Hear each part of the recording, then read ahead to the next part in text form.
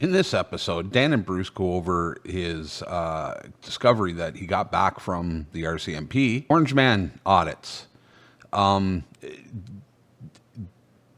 You give 2B auditing a bad name.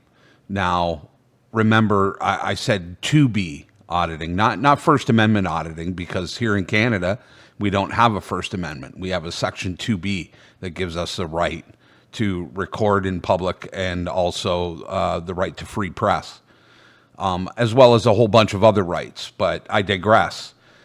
You're a bad auditor, and you give auditing a bad name as far as I'm concerned. And Judge Higginbotham, I hope I pronounced your name right. I didn't want to butcher it. But we have laws that govern judicial conduct here in Canada for a reason.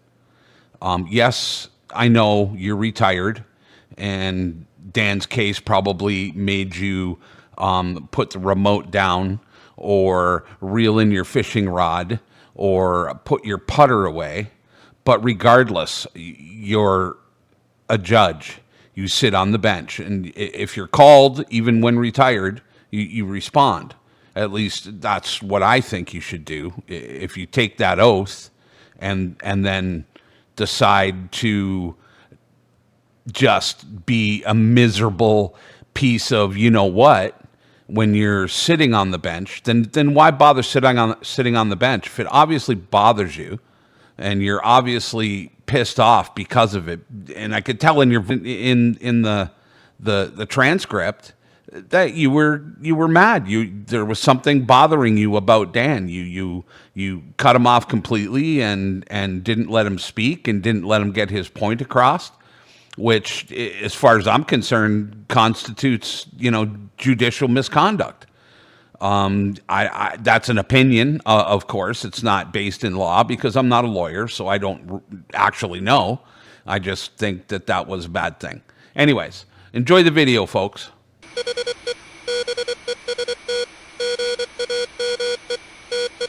Hello, good citizens. My name is Dan. I'm here with Bruce Dean today. Today is October 18th, 2019, and I've just received my disclosure for my criminal trial where I was falsely arrested and I'm now being maliciously prosecuted for public photography, for having a YouTube channel, for making YouTube videos about government agencies, rights, laws, police, that kind of thing.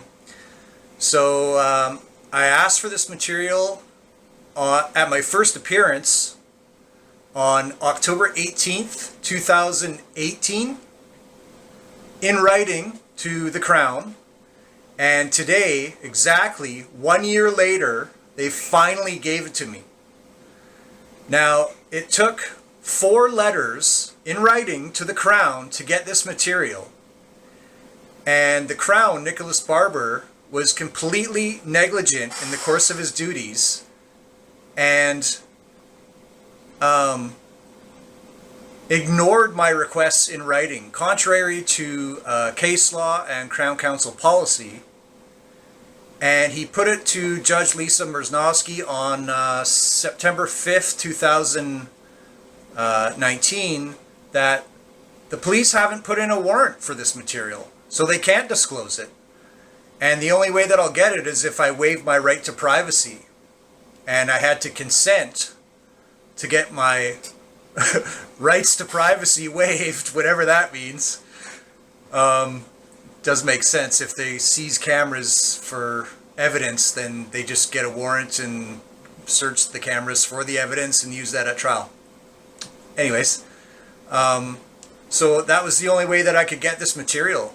And we initially set a trial date in December 2018 for September 2019, and that's 9 months. So I originally had to wait 9 months for the trial, to which this material would have never been ready. So here we are, a month, almost 2 months after the first trial date. I'm finally getting this disclosure that I put in, that I submitted 4 letters in writing, 4 requests in writing to the Crown Counsel. And so we've gone through some of the material. We haven't watched the main video, which is from the chest cam, from my interactions with the police that arrested me on that date. So what we decided to do was to do a reaction video. And so that's what we're doing right now, and that's what you're about to watch, is us watching this video for the very first time. We've never seen this before. We've been waiting almost a year and a half to see this. And as I said, I've requested this exactly a year ago to the day, and I'm finally in possession of this material now, 1 year after asking for it for the first time. So let's go ahead. You ready to... Oh, I've been waiting, waiting a year for this stuff. So it probably won't show it on this video, because I might try to... I've got Bruce in the video with that chest camera, but he would have been redacted out.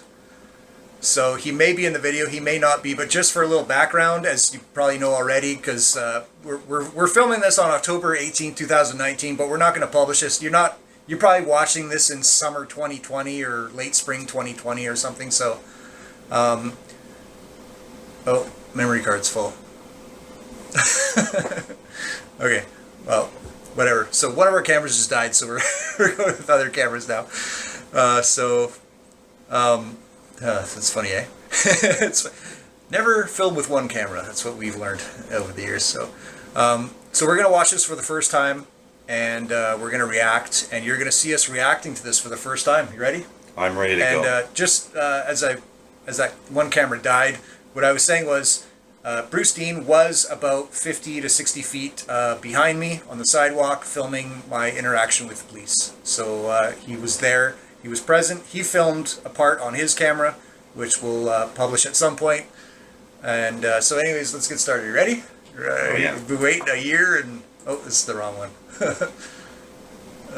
Shoot. Yeah, the mini arrow's down, the text in the middle. Here we go. Oh, there we go, baby. Good, how you doing? Not bad. Do you have any identification? I know you're probably filming all this. Oh, yeah. Stuff. We have, whenever people are... What are you guys up to, by the way? I gave you guys notice.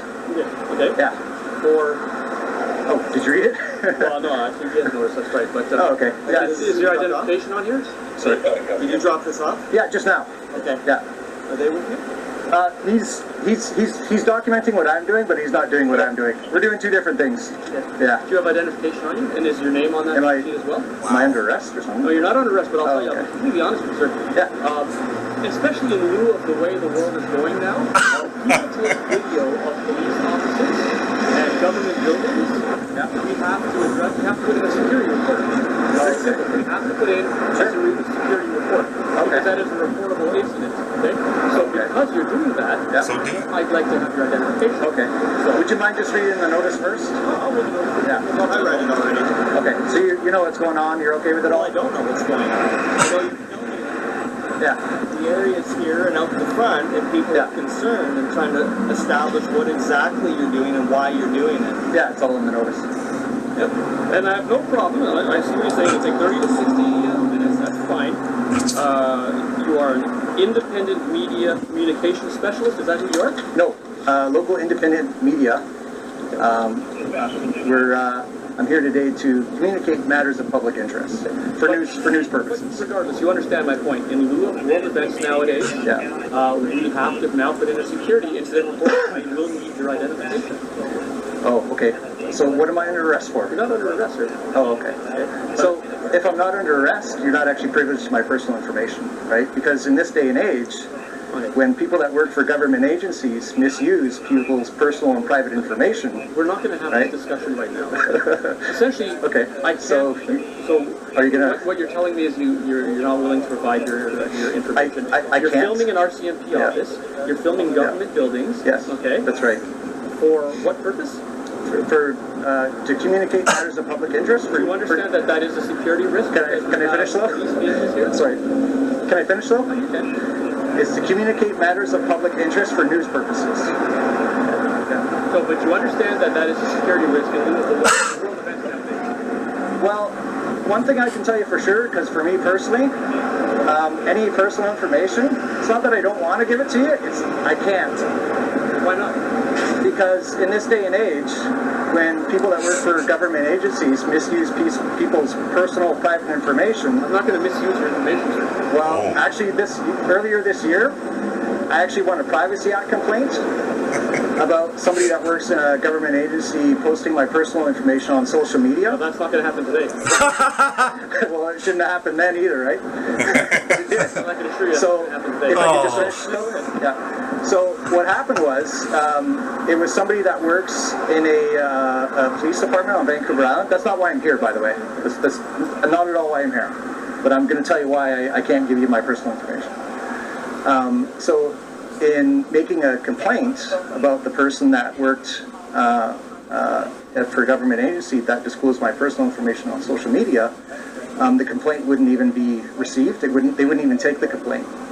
So as a last resort, I had to make a complaint to the Privacy Act Commissioner of British Columbia.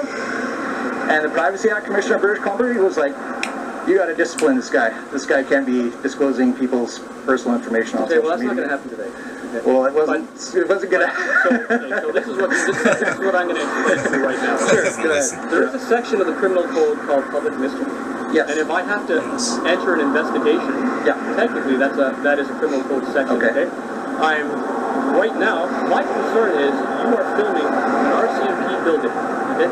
I don't know what you're going to do with that video, if you're going to give it to someone, it compromises our vehicle, it compromises our memory, it compromises the structure of our building. Okay? That is a security threat. Okay? Because you guys got lots of options, though, right? Because of that, essentially you're going to have to generate a file now. Okay? And we're going to be the subject of that file. So because of that, and it would be a public mischief investigation because I have no indication of why you're doing this. So I'll give you guys notice. That's not formal notice, it's a piece of paper, sir. So what I'm doing is, under a public mischief investigation, now I am asking you for your identification.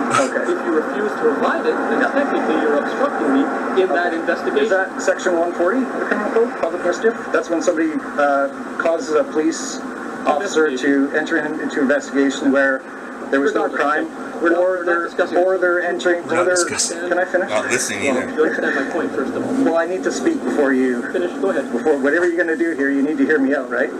So, public mischief is either somebody reporting a crime that didn't occur, or somebody reporting a crime to sway the attention away from them and onto someone else. Yep. That's what public mischief is.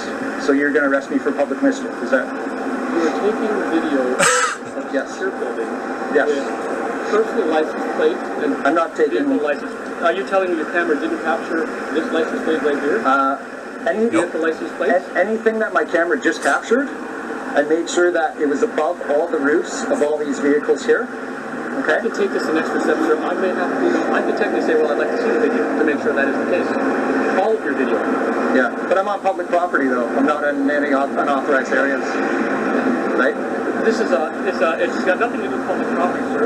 Again, nothing to do with in a public mischief investigation or even a cause disturbance or mischief investigation, I have the ability to seize the video to see what's on it, to see if it pertains as evidence. Are you asking to be arrested? Well, that's what you're telling me you're going to do. I gave you guys notice, right? Oh. I'm here to gather content for my YouTube channel. I have no problem with you taking video here. I do have concerns with you taking video this way. That's not what I'm here for. I'm asking you nice and simply now, sir, under the legal authority of mischief and public mischief, I would like you to provide identification. Please listen to me. I've done the courtesy of listening to you. I'm just fine. He's taking my picture, so. Okay. So, I'm asking you now for your identification. If you choose not to, then yes, I will be arresting you for obstruction. Okay. Well, I'm not carrying identification. Okay. Well, then, sir. Yes, sir. You have no identification on you whatsoever. I'm sure you chose to do this on purpose, okay? What? Okay, so the camera didn't. You're not going to provide your identification? Do I have to? Your name? Do I have to? I just asked you to. What legal obligation am I... What? Right now, sir, you're under investigation for mischief and public mischief and causing disturbance. And I'm asking you now to provide your name and date of birth, okay? Yep. And if you choose not to do that, then yes, I will be arresting you for obstruction. Well, I can't give you that because... Because why?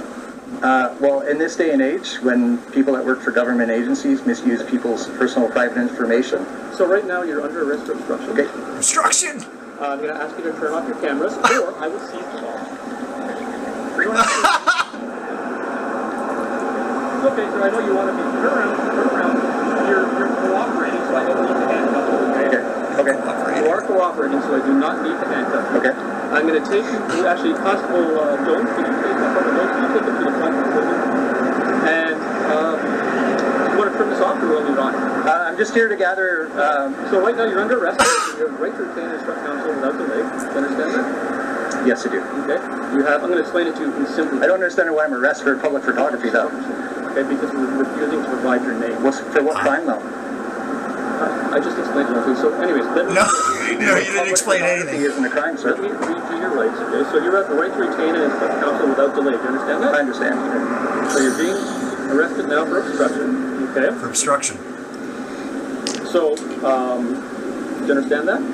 I don't understand why I'm being arrested for public You don't have to photography. understand the actual cause. But you I understand. you're being I understand I'm being unlawfully arrested. That's what I understand. right to retain and instruct counsel in private without delay. You can call any lawyer that you want. Do you understand that? I understand that. There's also a 24-hour telephone service available which provides legal aid duty lawyer to you to provide legal advice in private. This advice is given without charge, and the lawyer can explain the legal aid plan to you. Do you understand I that? understand that. If you wish to contact the legal aid duty lawyer, I can provide you with a telephone number. Do you understand that? I understand that. Okay. Do you want to call a legal aid lawyer? No, sir. Or do you have your own lawyer? I don't have a lawyer. And you also understand that everything that we speak about from this point on is admissible in evidence, okay? I'm a police officer, so basically everything we talk about is formal.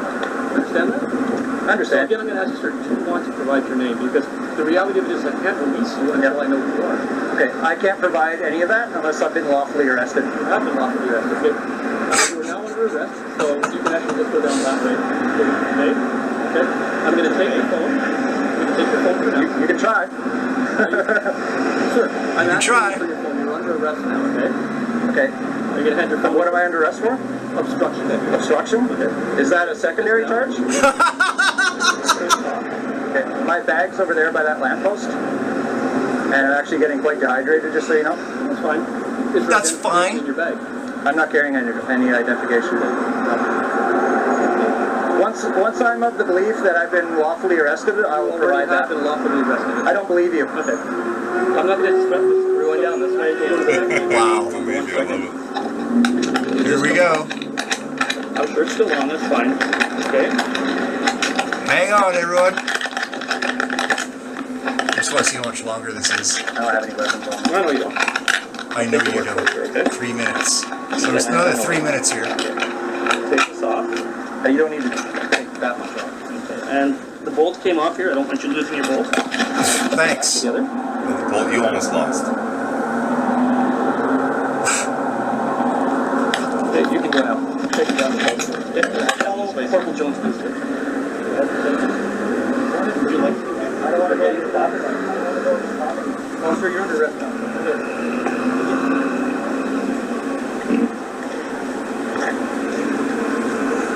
That's the photography.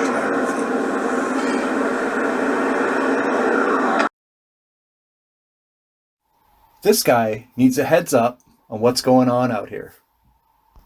And I thought, hey, maybe, my team and I, we can work with this guy, He's pretty well spoken. He could use some improvement, but not a lot. And I was hoping we could sort of add this guy to our team out here on Vancouver Island. But after leaving some comments on his video, I asked him to email me. I said it was very important. I left my email address. He replied. He said, "Why?" That's it. That's all he said. And I replied to that. I said, I can't get into it here. You got to email me. It's very important. And I found out shortly after that, later on that day, that my message was only that reply. My comment was now only visible to myself. And I thought, wow, okay, this guy really doesn't want to communicate with me. Okay. So I decided to make a little short video that day on some of the evidence that was on YouTube about what was going on. I thought, no one's going to believe this if I just tell them. So better document this. So you may be asking, why the hell is Orange Man Audits in this video? He's got nothing to do with it. And no, he doesn't really have anything to do with it, but he does, because this is from a video that he recorded on January 16th, 2020, in where he goes to a RCMP administration building in Victoria, British Columbia. And he states to them over their intercom system that he's going to hang around their parking lot and check out license plates. He then proceeds into their secured parking lot area. This, according to the RCMP, that is a secure parking lot. It's not publicly accessible, according to the RCMP. He is now inside of a secured parking lot for the RCMP. And he goes around and he videotapes every single license plate of every car in there. And then he walks out of there. They didn't stop him. They didn't even ID him. They didn't even approach him. They totally let him do it. So ask yourself, why would they let him get away with this? Why would they use the full force of our criminal justice system to prosecute me for standing on a public sidewalk, taking a video shot of their most photogenic sign on the most publicly viewable area of their building in one of the most busiest intersections in all of the CRD, the Capital Regional District? That's several municipalities. I didn't even attempt to video record or photograph any license plates whatsoever. But this guy goes into their secure area and gets everything and then walks out of there like he's Superman. It's hilarious. I guess some people are allowed to walk into secured parking lots of RCMP buildings and film all their license plates and publish it on the internet. I think he's actually, this was a copy of the original upload from January 2020. I think he's uploaded this like 3 times since. So not only did he publish it, but he's also like re-uploaded it at least 2 or 3 times after the original one. And he's totally they haven't even ID'd him or nothing. It's also interesting too that he even got arrested by the West Shore RCMP out in Langford, and he went to their detachment. And even though they had signs on the doors saying you can't video or audio record in there, he actually went in and he did it, and he published it. And again, they still haven't done anything about it. They haven't. So it's funny because the made up rules apply to me, but the real rules don't apply to him. You'd think if one of us, just one of us, was going to get criminally prosecuted for videotaping and photographing their license plates on personal vehicles in secured areas, you think they might have the wrong guy here. And this is a screenshot of Orange Man Audits himself. This is from a live stream that he was doxing Bruce Dean's address on his live stream. And Mr. Dean made a complaint about that to YouTube, and YouTube deleted the video, but not before Bruce uploaded it himself. So Bruce has a copy, but YouTube deleted Orange Man's upload. Which is funny too, because Orange Man always preaches about how he hates bullies and how he was bullied, but here he is doxing another YouTuber's address on his live stream. So, anyways, remember that trial confirmation hearing that the awesome Judge Brooks scheduled so that we could confirm that I got all my disclosure and all that stuff so that we're ready for trial in March 2020? Well, here we go. It's January 8th, 2020. Come on with me into my pre-trial conference hearing. We've got to make sure that I get all my disclosure. I also want to make an application to have Arun Kundu-Thomsen actually attend this trial in person. They made an application for him to attend via video, which I consented to, but I've now thought that, since he's the most important witness, we're going to have to go through several videos. We're going to have to go through some audio recordings. We're going to have to go through quite a few photographs and documents that he's not privileged to before I confront him with them. So I thought that's going to be really hard, if not impossible, if he's not there in person. So I'm now going to make an application for him I'm going to explain all that to the judge, and I'm going to say he absolutely has to appear in person in court. Otherwise, it probably just won't work. It won't be a fair trial. He's the arresting officer. It was his idea to seize all my property, which he seized. No one else seized my property, just him. And it was him who put in the warrant to seize my property. He filled out all the paperwork so that my property would be held until the criminal trial was over. He's the one who made up this whole story about all this being mischief and sent all the charges to the prosecutor, which then charge got approved based on the police statements. So that's going to be my application during this hearing. And I'm going to, there's several disclosure issues that have come up. There's some missing disclosure. You may remember from Judge Brooks's order. He ordered my CPIC, and I have not received that. And Judge Brooks also ordered that if there's anything in my CPIC that they weren't going to disclose, they had to tell me what it was and why they weren't disclosing it. So I didn't get that either. So not only did I not get the CPIC, but I never got the what's not being disclosed and why. And then the warrants, I didn't receive anything about warrants. So that means that they didn't put in for any warrants that got rejected. It means they never even bothered to apply for any warrants whatsoever. They seized my gear, and then they applied for a warrant to detain it for almost 2 years. And then that's it. They never applied to search any of the devices to be used as evidence at this criminal trial. And lastly, the security report. Remember, I was arrested because Arun Kundu-Thomsen had to fill out a security report with my name on it and all the other nonsense he said. So I wanted a copy of that security report. And that security report obviously was a lie. It never happened. It was never written up because I never received a copy of it. So I want to make sure that this judge knows all that and that I still need that before my trial. So the hearing starts, the judge comes out, and I'm in shock. It's a judge that I was told that was going to be retiring around sometime in 2018. I already had some problems with this judge, and I've already put this judge on my disqualification list, and they keep scheduling me for court hearings with judges that I have to disqualify, and I keep trying to give them my list. Here's the list. And they're like, no, we can't take a list. So they finally said, okay, fine, give us your list. So I gave him my list. And when I gave him my list, the guy behind the counter said, oh, Judge Higginbotham, he's retiring soon, so he won't be an issue. But here he is in January 2020. Here he is. So I'm a little bit in shock because I've been under the assumption for the last at least year that this guy is out, he's done, he's never to return. And thank God, because this guy is the worst piece of shit that sits on a judge's bench in British Columbia that I've ever seen. His name is Robert A. Higginbotham, and if you ever want to see BC's most dangerous judge in action, he's regularly at the Duncan Law Courts, the Western Communities Courthouse, and the Victoria Law Courts. Here he is, there's his public picture off of his Facebook page, so everyone say, hi Robert, how you doing? The bully in black, the judge of errors. Now there's judges that I like, there's judges that I don't like, and then there's this guy. He goes beyond don't like.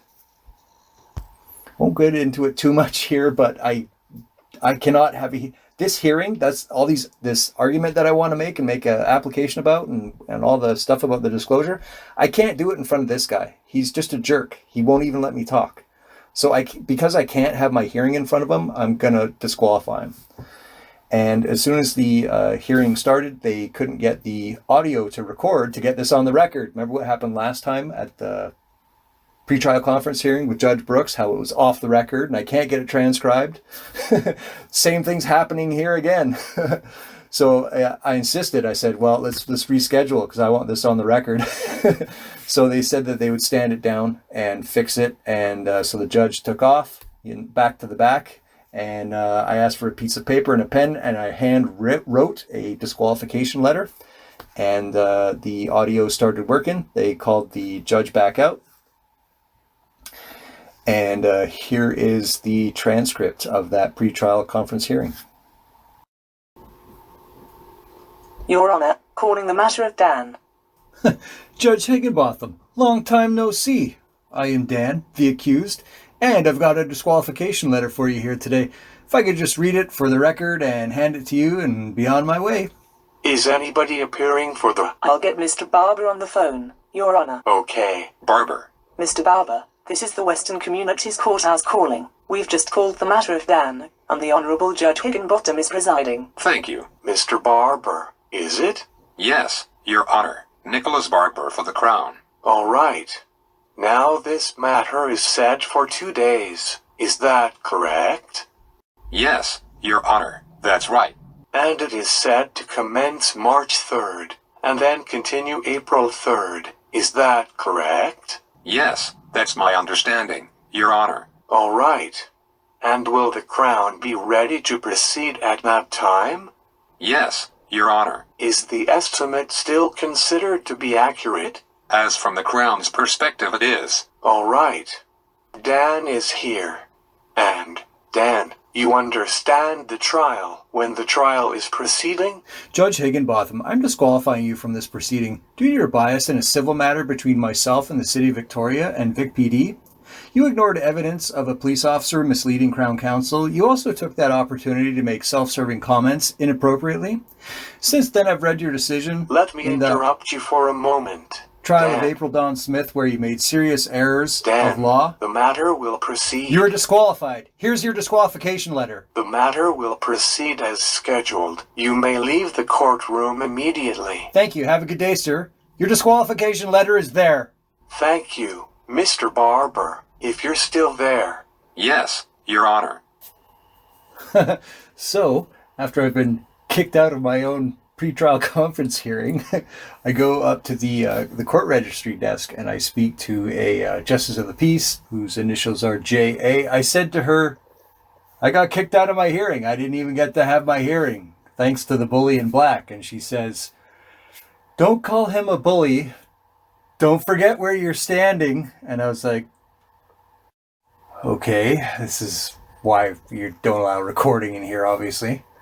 So, somewhat stunned, I told her that I got kicked out of my hearing and I didn't even get to have my hearing, and I disqualified the judge, so I need to reschedule because I need to have this hearing about Arun Kundu-Thomsen having to appear in person as he should be required to. And then I need to go over all of the disclosure that Judge Brooks ordered that I didn't get. So after I got kicked out of this hearing, Bruce and I went downtown Victoria to serve the province. Here's me serving the Solicitor General and Attorney General. That's for Attorney General, and that's for Solicitor General. Okay. Thank you so much. Thank you very much. Appreciate it. Have a good day. Thanks, guys. So now all parties have been served. So I was instructed to email the JCM, that's the Judicial Case Manager at the Western Communities Courthouse, to which I did. Here's the email. And I says, hello. I was instructed to email the Western Communities Courthouse JCM and CC Mr. Barber to reschedule the October 8th pretrial conference hearing. So that's funny because I actually, something broke in my brain that day when that judge came out, and I went from January 2020 to October 2020. Yep, my brain skipped a few months ahead into the future because all that day, I kept writing that day down as October 2020, even though it was January 2020. It's weird, but it's funny, and I didn't catch it until somewhat recently. Anyways, back to the email. I apologize, the matter could not move forward this morning. Normally I would not disqualify a judge for a simple hearing, but if the judge is Robert, then there's zero chance I would participate in anything before him. My next availability is sometime, at any time.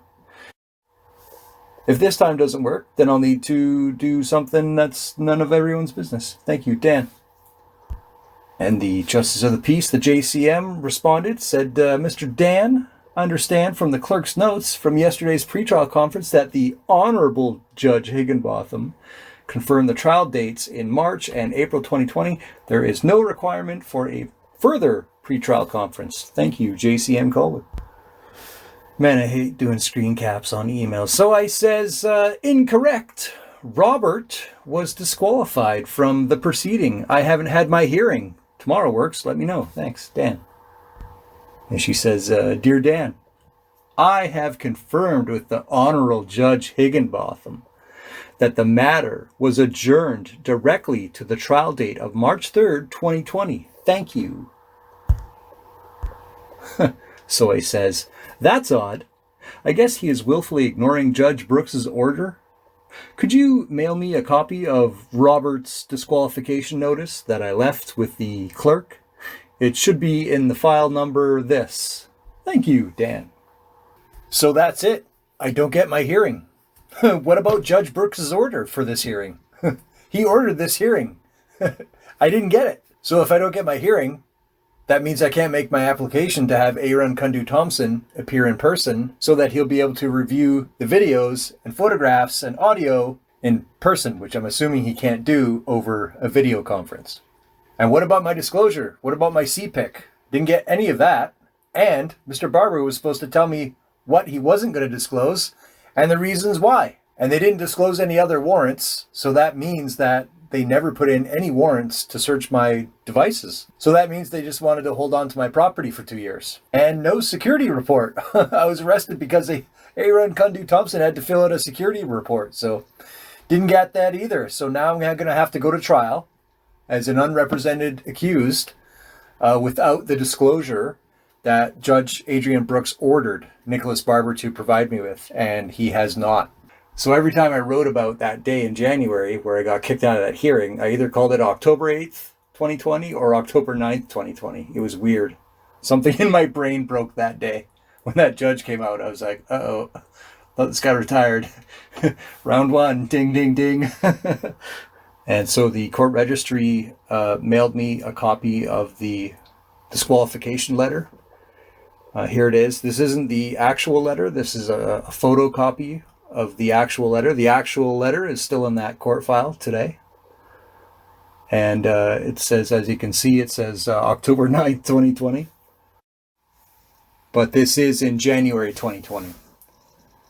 And when I went to read this letter during the pretrial conference in the hearing, the judge, Robert, kept talking over me. So I didn't actually get to read this whole thing. So this is pretty cool because you guys actually get to see the whole letter here. So here goes. Judge Higginbotham, I am disqualifying you from this proceeding due to your previous bias in a civil matter between myself and the City of Victoria and VicPD. You ignored evidence of a police officer, misleading Crown Counsel. You also took that opportunity to make self-serving comments inappropriately. Since then, I've read your decision in the trial of April Dawn Smith, in where you made serious errors in law, which leads me to believe you're not a trustworthy judge. And in brackets it says, you should watch Judge Adrienne Brooks and take notes on how to be a good judge. And I signed it, and then I again put the wrong date. It's January 2020. I put October 9th, 2020. So this judge had the opportunity to either hear my disqualification and decide whether to recuse himself or not. And he just decided to ignore me, talk over me. This is what he does. This is why I wanted to disqualify him. It's because he doesn't let me talk. If you can't talk, imagine going to court for something and the judge doesn't let you talk. That's what this guy does. That's why he's the bully in black. That's why he's BC's most dangerous judge. Robert, the judge of errors. That lady's name that I brought up, I actually got her first name wrong. It's funny, I got her middle and last name right. But her first name is Tracy, not April. So Tracy Dawn Smith was an interesting case where this judge, Robert, made some serious errors in law. And I'll leave this, if you want to read this, just pause it and read it. But the Court of Appeal gave him a good roast at the end of their decision to reverse his sentencing on this matter. Yeah, that's the judge of errors for you. Here he is clogging up the courts of appeal. So now, over the last few years, I've learned not to make complaints about government agencies because in British Columbia, where I live, we don't do accountability. You make a complaint and it's laughed at and tossed. So I've learned just not to even bother to make complaints anymore. They're just a waste of time. They never go anywhere. Even if you do win a complaint, nothing actually happens, Somebody gets told not to do that again. So anyways, I thought, well, I should probably make a complaint about this judge because, this is unacceptable, right? Is this acceptable to you? Is this how you want a judge to treat you and your family when you show up to court and cooperate with the process? So even though I didn't want to do it, I did it. I made a complaint. And one thing you can't complain about is the judge's decision because they leave that up to appeal. If you are complaining about a decision that a judge made, they just toss it. So it has to be about conduct, and that was what I made my complaint about, was his conduct. That things like he was ignoring my disqualification, like he didn't even address it, and he spoke over me while I'm reading the disqualification letter. And then I didn't even get to have my hearing. He just kicked me out. He didn't even consider anything. It's up to him to consider what to do about the issues that are arising at the time. It's not up to him to kick people out. He still has to do his job. I still have to have my hearing. It was ordered by the previous judge. And sometime after submitting my complaint, I got a response from the Office of the Chief Judge of the Province of British Columbia. You can pause this and read this if you like. Unfortunately, I didn't make a copy of the complaint that I made, but they're responding to my complaint, so you get the gist of it from that. And this is where it gets interesting, where it seems like they're actually going to accept my complaint. It says here, your complaint also states circumstances which, if established, may raise an issue of judicial misconduct within the Chief Judge's authority under the Provincial Court Act. Specifically, you assert that Judge Higginbotham ignored your disqualification without even addressing it. So that's potential misconduct. Next one. When you started to read the letter notice to get it on the record, and very shortly after you started speaking, Judge Higginbotham spoke over you to the point that you could not understand what each other was saying. That's potential misconduct. Third one. When you stopped short on reading your letter notice, Judge Higginbotham instructed you to, quote, leave the court immediately, unquote. So that's potential misconduct. And they say that they're going to examine this a little further and get back to me. And this is the response from Associate Chief Judge Paul Dome. Just skip down to the second paragraph here. He says, your March 2nd, 2020 correspondence asserts that you started to read the letter notice of disqualification to get it on the record, and very shortly after you started speaking, Judge Higginbotham began to speak over you, to the point that you could not understand what each other were saying. To better understand your assertions, the audio recording of your appearance has been reviewed. Review of the audio recording indicates that there were points at which both you and the judge were speaking. A judge presiding over a proceeding, however, has significant discretion in the management of the case, and this would include asserting firm control over a proceeding to maintain an atmosphere of order in the courtroom. You also stated in your letter that when you stopped short on reading your letter notice, Judge Higginbotham instructed you to leave the courtroom immediately.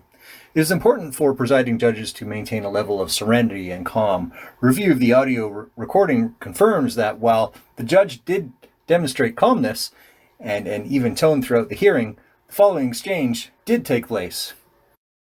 The court, speaking over the accused. Let me interrupt you for a minute, Dan. Dan, the matter will proceed as scheduled. You may leave the courtroom immediately. Dan. Thank you. Have a good day, sir. Your disqualification letter is there. The Canadian Judicial Council's Ethical Principles for Judges states, quote, judges should avoid comments, expressions, gestures, or behavior which reasonably may be interpreted as showing insensitivity to or disrespect for anyone, unquote.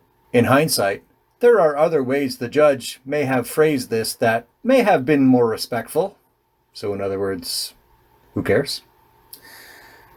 You further indicate that the judge did not address your application, that he recuse himself from hearing the matter. A judge's decision on that type of submission may be the subject of an appeal to or review by a higher court, as the chief judge has no authority to intervene with respect to such a decision. Ignoring a submission, however, may become a conduct issue which engages the supervisory jurisdiction of the chief judge. While a presiding judge can choose not to address clearly irrelevant comments, the audio recording indicates that the judge did not give you an opportunity to present your submission, nor did he indicate his decision. or whether the matter was not relevant, so submissions need not be heard. While I believe that Judge Higginbotham will take some guidance from examination of this incident, a review of the audio from the proceedings in total leads to my conclusion that, beyond receipt by Judge Higginbotham of a copy of this letter, further examination of this complaint is not warranted.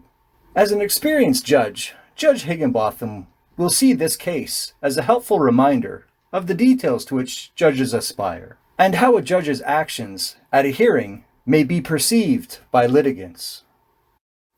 Further, we are informing you that Judge Higginbotham will not be presiding further on this file. And that's from Paul Dome, the Associate Chief Judge. So, according to Associate Chief Judge, some of the things that Robert did were definitely wrong. But that's okay, because Robert is going to police himself. He's going to judge himself. He's probably retired already, is probably what's going on here. And he was so close to retirement, they didn't want to hit him up with the legit conduct complaint that they had to discipline him for right before he retires as a senior judge. So I guess that's it. I guess I'm off to my trial without my disclosure that was ordered by Judge Adrienne Brooks. Thanks to Robert losing his patience and throwing me out of a courtroom before I could even have my hearing. Hopefully this doesn't affect my trial, as when my trial starts, I'll have been waiting 17 months since we first set a trial date back in December 2019. Remember, I was arrested July 25th, 2018. So we're getting pretty close to 2 years here. So do me a favor, when you lay your head down tonight, pray that Robert has retired and he's no longer bullying self-represented accused people that show up to court and cooperate with the process, and they have to deal with BC's most dangerous judge, the judge of errors, the bully in black, Robert, the sovereign citizen judge. It's okay. He can throw people out of a courtroom, and doesn't matter what you complain about him, because he's gonna police himself. Robert's not subject to the rules, even though he breaks them. You'd think judges would be held to a higher standard, but clearly they're not. So you're probably thinking to yourself, it can't get any worse than this, right? So this is where it all starts to really go bad, like really bad. Like it's always been bad, and it's gotten worse as it goes along, but this is where it really starts to, our justice system is really starting to show its true colors now, isn't it? Well, I got good and bad news for you. It's not over yet. Believe it or not, it actually gets worse than this. So stay tuned for part 20. It's the first day of my criminal trial. Thanks for watching.